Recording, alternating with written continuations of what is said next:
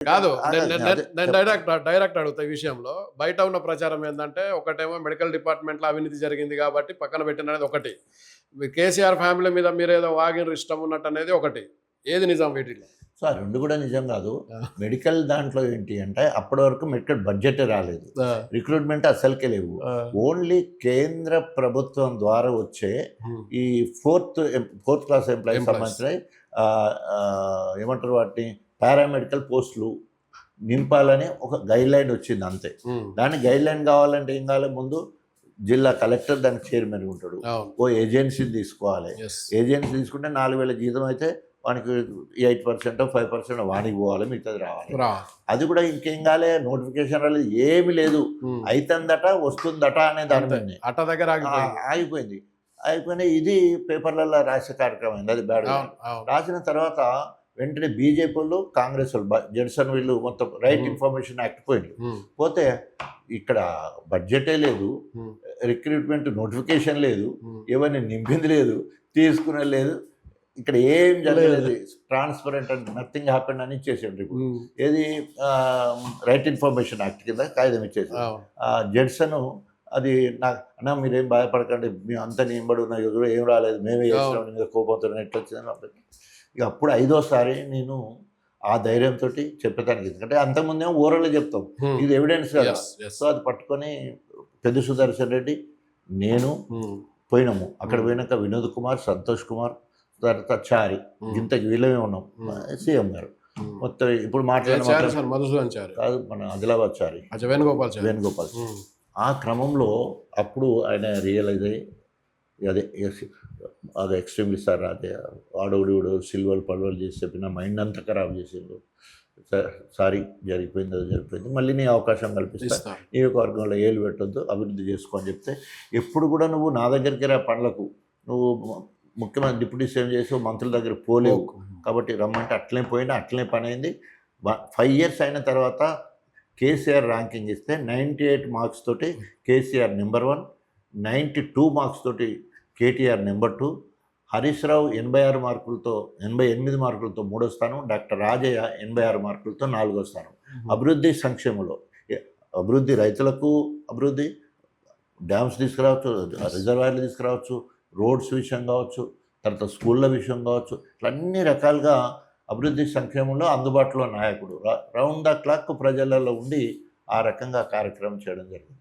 So అట్లా కేసీఆర్ గారికి ఎంత ఒబీడియంట్గా ఉండాలో ఒకటేమో ఎమ్మెల్యే పదవికి రాజీనామా చేసి ఒకసారి త్యాగం చేసిన, డిప్యూటీ సీఎం పోయినాక కూడా మళ్ళీ త్యాగం చేసి ఆయన ఎంబడే ఉండి ఆ రకంగా ముందు పోయే సార్, కార్యక్రమం. మీకు కాంగ్రెస్ నుంచి ఆఫర్ గూడా వచ్చిందట గదా! ఈ మధ్య ఎందుకు పోలేదు? అంటే కాంగ్రెస్ గవర్నమెంట్ వచ్చిన తర్వాత కూడా మీకు ఆఫర్ వచ్చిందట గదా! వచ్చింది. హ్మ్. అయితే ఇప్పుడు ఏమైపోయింది, నేను ఇప్పుడు ఇంతకుముందు చెప్పినట్టు 2 త్యాగాలు అయిపోయినాయి నాకు. అవును. ఒకటేమో కాంగ్రెస్ పార్టీని వదిలిపెట్టేసి తెలంగాణ జెండా పట్టుకొని ఒక త్యాగం. అవును. రెండో త్యాగం ఉప ముఖ్యమంత్రి పోయినా అవును. కేసీఆర్ అన్న దేవుడు, ఇంద్రుడు, చంద్రుడు అక్కడే ఉన్నారు మళ్ళీ. రెండోది. మూడోది 2023 ఎలక్షన్లలో హ్మ్. ఎమ్మెల్యే ఎలక్షను హ్మ్. మొదటి 10 స్థానాలు గెలుస్తాయంటే గన్పూర్ గెలుస్తుంది. అవును. రౌండ్ ద క్లాక్ ఊర్లలోనే ఉంటుంది, అవును. గెలుస్తుంది. కానీ కడియం శ్రేయ అంటాడు మళ్ళీ మీరు రాజకీయ టికెట్ ఇస్తారు. నేను అవును. 2014 అడిగితే నాకు ఇయ్యలే, ఇయ్యలేదు. 18 అడిగితే నేను ఇయ్యలే. నేను సమకాలికు నీ అవును. లెక్క నేను టీడీపీలో టీడీపీలో. పనిచేసినోడిని, అవును. నేను మనం మంచి దోస్తులము. కరెక్ట్. మళ్ళీ ఇప్పుడు కూడా నువ్వు రాజకీయ ఇస్తే నువ్వు ఇచ్చుకో, హ్మ్. కానీ నేను నా బిడ్డ కాంగ్రెస్కి పోతాం. పోతాం. మొత్తము బ్లాక్మెయిల్ చేసే కార్యక్రమం చేసి అచ్చా! వెంటనే కేసీఆర్ గారు నన్ను పిలిపించి, రాజా ఇది పరిస్థితి, ఏం చేద్దాం అంటే, సార్ మీరే చెప్పండి ఏం చెప్తారంటే, నేనైతే ఎమ్మెల్యే పోటీ చేస్తాను లేదని చెప్పేసిన. హరీష్ రావు, రాజేశ్వర్ రెడ్డి, తర్వాత కేటీఆర్ ముగ్గురు తల పట్టుకుంటారు, ఏం చేయాలని మాడము, అట్లనే బట్టే రాజన్నకి చేయకపోతే ఎట్లుంటుందని, ఇట్లా ఇక రకరకాలుగా అనుకునే వరకే ఇక ఒక ప్రపోజల్ తీసుకొచ్చిండ్రు. ఎందుకంటే ఈ ఎలక్షన్ల ముందు ఒక deputy CM, senior most leader, దళిత సీనియర్ మోస్ట్ లీడర్, అంతకుముందు 10 ఏళ్ళు ఇప్పుడు 10 ఏళ్ళు పవర్ పాలిటిక్స్లో ఉన్నాడు, ఆయన దూరం చేసుకుంటే ఎంతో కొంత నష్టం జరుగుతుంది రాజయ్య. అవును. నేను వెంటనే రైతు సమితి చైర్మన్ చేస్తాం, అవును. రైతు సమితి చైర్మన్గా, తర్వాత జనగాంకి ఇన్ఛార్జ్ ఉండాలి, ఇన్ఛార్జ్. గన్పూర్, ఇవి రెండింటికి నువ్వు ఇన్ఛార్జ్ ఉండి, గన్పూర్ అంటే నీదే, అవును. జనగాం కూడా ఇన్ఛార్జ్, ఇన్ఛార్జ్. రెండు గెలిపియాలి రాజయ్య నువ్వు అని చెప్పేసి నాకు బాధ్యత చెప్పింది.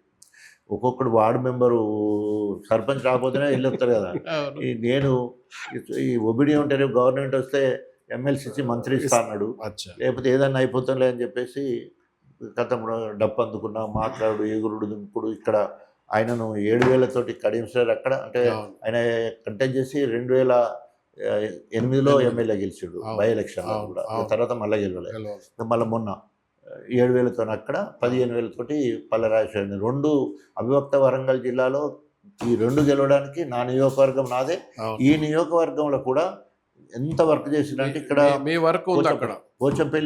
పోచంపల్లి శ్రీనివాసరెడ్డి, ముత్తిరెడ్డి యాదగిరెడ్డి, యాదగిరి. పల్లెరాజేశ్వరి ముగ్గురు కొట్లాడతారు అక్కడ. అవును. ఆయన సర్పంచ్కి నిత్య ఆయన ఎక్కువ ఇచ్చుడు ఇటు ఈ పైసలు నట్టానే అవును. ఫుల్ అవును. ఆయన బట్టలు తీసుకొని ఆయనే గుర్తాడు. అవును. నన్ను ఎప్పుడైతే ఇన్ఛార్జ్ ఎక్కడైతే మొత్తం ఎక్కడికక్కడ చల్లబడిపోయి పల్లెరాజేశ్వరరెడ్డి అట్లాగే గణపుల కడియం శ్రేణి గెలవడానికి కారణమైన. మళ్ళీ అది అయిపోగానే ఎట్లాగో నేను ఎంపీ నాకు టికెట్ వస్తారని మొత్తము ఫామ్ హౌస్ దగ్గర దాకా పిలిచిన తర్వాత అప్పటిదప్పుడు ఎట్టి పరిస్థితుల్లో మళ్ళీ బై ఎలక్షన్లు వస్తాయి.